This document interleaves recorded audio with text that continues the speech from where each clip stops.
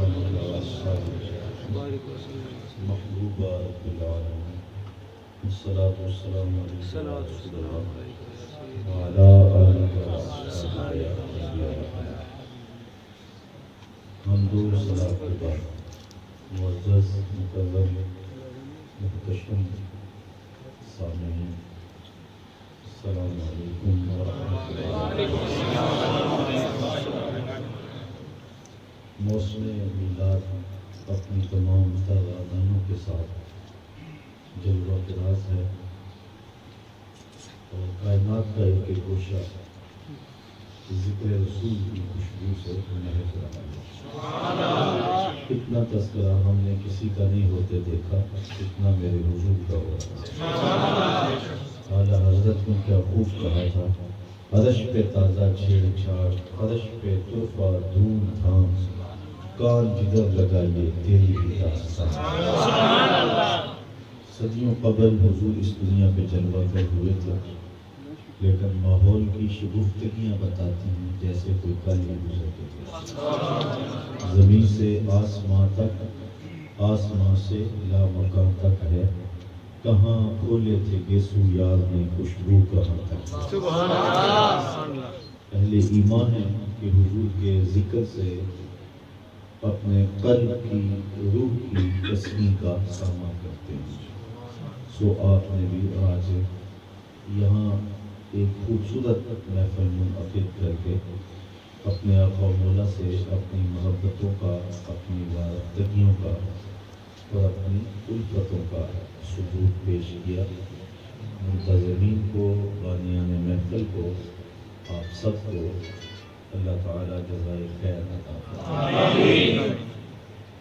حضور کا ذکر کرنا، سننا ہمارا محبوب اور مرغوب عمل ہے، اور ہمیں ٹھنڈ پڑتی ہے جب ہمارے کانوں میں حضور کا نام پہنچتا ہے، اور ہمارا منہ شہد سے زیادہ میٹھا ہو جاتا ہے جب ہم آقا کا نام لیتے ہیں۔ ان کا نام لبوں پر آئے، میٹھا میٹھا منہ ہو جائے، ان کے بول بہاروں جیسے اور اصحاب ستاروں جیسے، ان سا پیارا اور نہ کوئی، ان سے بچھڑ کے لکڑی روئی۔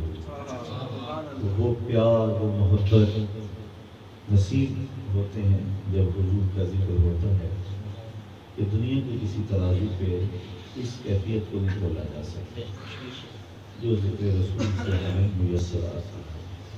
اس لیے موسم کوئی بھی ہو، وقت کوئی بھی ہو، زمانہ کوئی بھی ہو، اور ہم دیس میں بیٹھے ہوں یا پردیس میں بیٹھے ہوں، ہمارے لیے ٹھنڈ ہی حضور کا ذکر ہے۔ تو مجھے بہت پرانا ایک شعر یاد آیا کہ تینوں سینے دی میں ٹھنڈ آکھاں، شہد گلاب تے کھانڈ آکھاں۔ بہت ہی میٹھا نام ہے، بہت ہی پیارا نام ہے۔ یہ نام کوئی کام بگڑنے نہیں دیتا، بگڑے بھی بنا دیتا ہے۔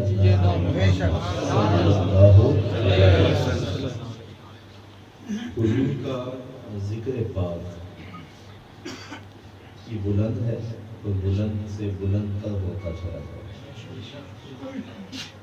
میں آج اپنے بچپن کی یادوں کی بارات لیے کافی دیر کچھ دوستوں کے ساتھ، میرے گاؤں کے دوست مجھے ملے تو میں ان کے ساتھ بیٹھا ہوا تھا۔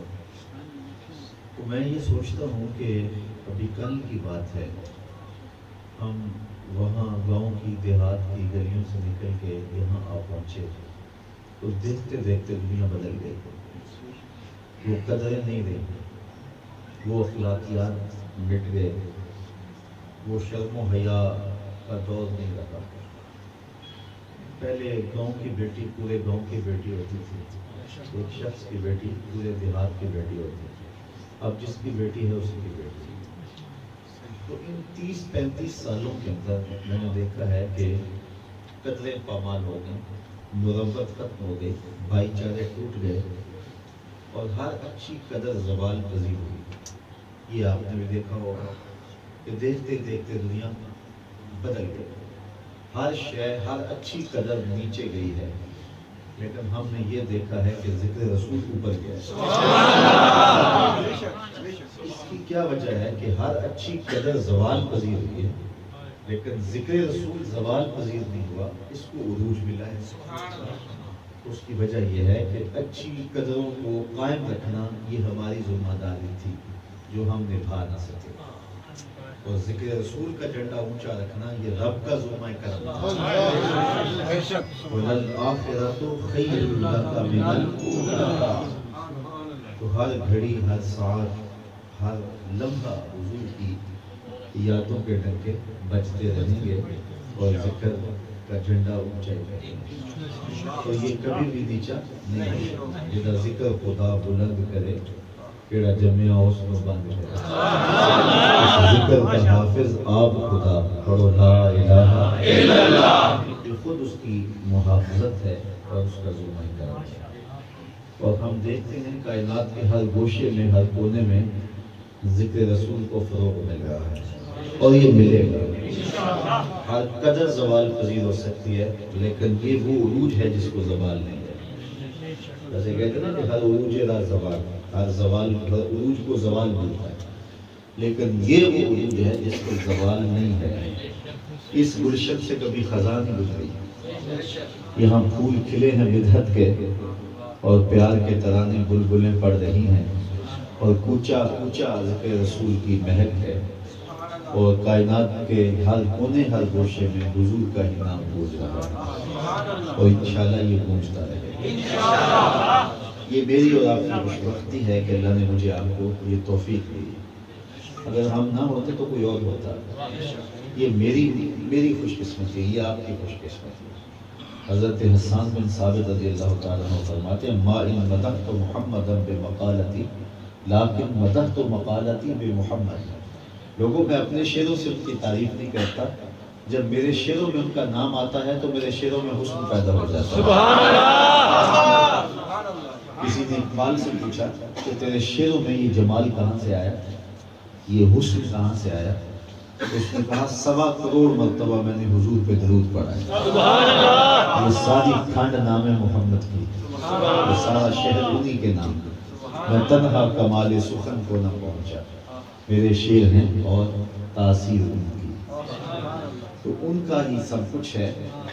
وہ ایک شاعر نے کہا تھا نا کہ انہی کے مطلب کی کہہ رہا ہوں، زبان میری ہے بات ان کی، اور انہی کی محفل سنوارتا ہوں، چراغ میرا ہے رات۔ سبحان اللہ۔ سب کچھ انہی کا ہے۔ اور اقبال بولا ہو نہ یہ پھول تو بلبل کا ترنم بھی نہ ہو، چمنے دہر میں کلیوں کا تبسم بھی نہ ہو نہ یہ ساقی تو پھر میں بھی نہ ہو، خم بھی نہ ہو، بزم توحید بھی دنیا میں نہ ہو، تم بھی نہ ہو۔ خیمہ افلاک کا استادہ اسی نام سے ہے، نبض ہستی تب شامادہ اسی نام سے۔ کائنات کا جو دل دھڑک رہا ہے وہ اسی نام کی وجہ سے۔ اگر حضور نہ ہوتے تو کائنات کو دھڑکن نصیب بھی نہ ہوتی، محمد نہ ہوتے تو اے بندہ پرور، خدا خود ہی ہوتا، خدا ہی نہ ہوتا، کائنات ماض وجود میں نہ آتی۔ کائنات کا پہلا تعین، پہلا تشخص ذات رسالت مآب صلی اللہ علیہ وسلم۔ اللہ تعالیٰ کا ایک پوشیدہ خزانہ تھا، خود کہا کنت کنزا مخفیا، میں ایک پوشیدہ خزانہ تھا، مجھے کوئی جانتا نہیں تھا، مجھے کوئی مانتا نہیں تھا، کسی کا تشخص اور وجود ہی نہیں تھا۔ فأحببت ان أعرف، پھر میں نے خود ہی چاہا کہ میں پہچانا جاؤں، کوئی سجدے میں ہو، کوئی قیام میں ہو، کوئی سحر کے وقت اٹھ کے سسکیاں لے، کوئی آنسو بہائے، کوئی رات جگہ کاٹے، کوئی ہجر کی لمبی رات گزارے، کوئی جنگلوں کی خاک چھانے میرے قرب کے لیے۔ وہ کہتے ہیں نا عشق کا ذوق نظارہ مفت میں بدنام ہے، حسن خود بے تاب ہے جلوہ دکھانے کے لیے۔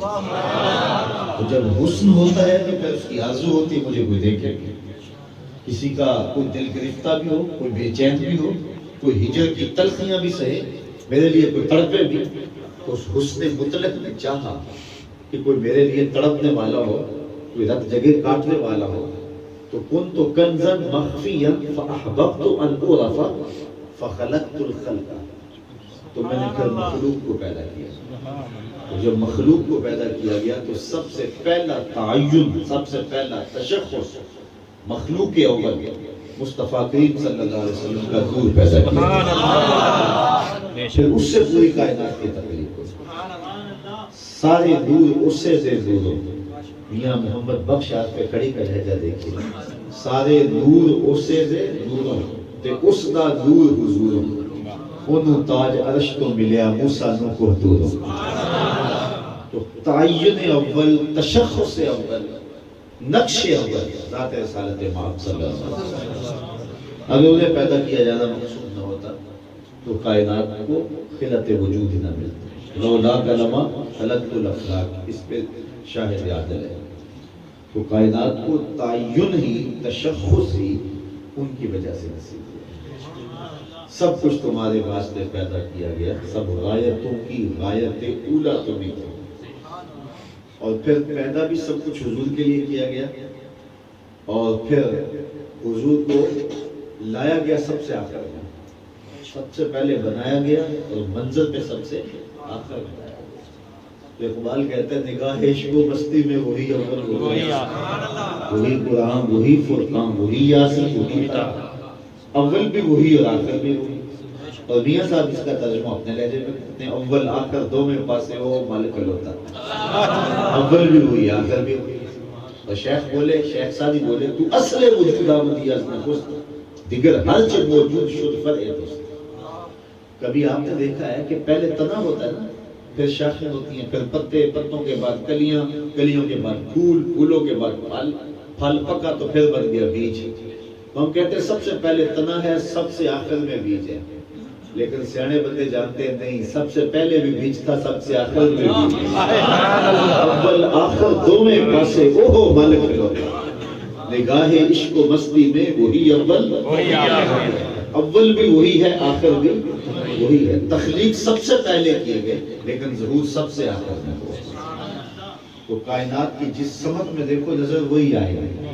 گلی گلی میری یاد بچھی ہے، پیارے رستہ دیکھ کے چل، مجھ سے اتنی وحشت ہے تو میری حدوں سے دور نکل، کدھر جائے گا؟ امام غزالی نے کتاب لکھی ہے دقائق الاخبار، تو بڑی خوبصورت بات لکھ کے فرماتے ہیں یہ جو تم نماز پڑھتے ہو نا، ہاں القیام کل الف، یہ قیام الف کی طرح ہے، وَرَكُوعُ كَالْحَا، اور رکوع ہا کی طرح ہے، وَالسَّجْدَةُ كَالْمِيم، سجدہ میم کی طرح ہے، وَالتَّشَهُدُ كَالدَّال، اور تشہد دال کی طرح ہے۔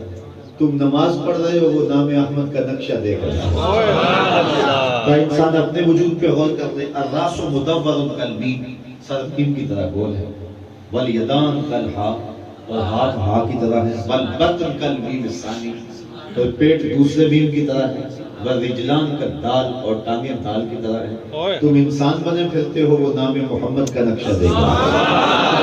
گلی گلی میری یاد بچھی ہے، پیارے رستہ دیکھ کے چل، مجھ سے اتنی وحشت ہے تو میری حدوں سے دور نکل۔ تو کائنات کے جس گوشے میں جاؤ گے، بلکہ سادہ لہجہ ہے ضروری کا لیکن حد کرتی، مکے کی ہواؤں میں، طیبہ کی فضاؤں میں، ہم نے تو جدھر دیکھا سرکار، جدھر نظر اٹھائے تو جلوے انہی کے نظر آئے۔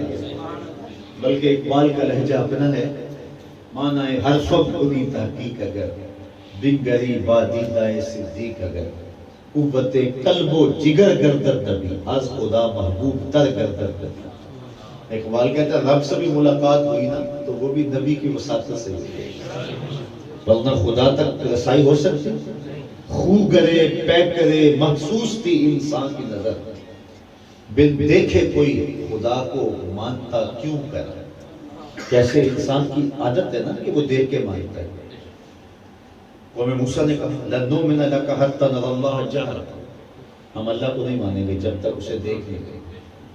تو انسان کی عادت ہے کہ دیکھ کے مانتا ہے، لیکن اللہ تعالیٰ کو مان لیا، دیکھا بھی نہیں، چھوا بھی نہیں، سنا بھی نہیں، کلام بھی نہیں کیا، سوچا بھی نہیں جا سکتا، سمجھا بھی نہیں جا سکتا، فہم کے دراز کی حدود سے بھی بڑا ہے، عقل بھی بے بس ہے، سمجھ بھی سوختہ پا ہے، بے بس ہے انسان، پھر بھی مان گیا، اور اتنا مان گیا کہ کمزور ترین شخص جو ہے، جو بہت کم درجے کا مسلمان جسے کہتے ہیں، سخت گرمی ہے، زبان کانٹا ہے، حلق خشک ہے، ٹھنڈا پانی دستیاب ہے، ماہ سیام ہے، روزہ رکھا ہے، تو میاں پانی پی لو، کہتا نہیں میرا اللہ دیکھ رہا ہے۔ یہ کمزور شخص کے ایمان کی کیفیت ہے۔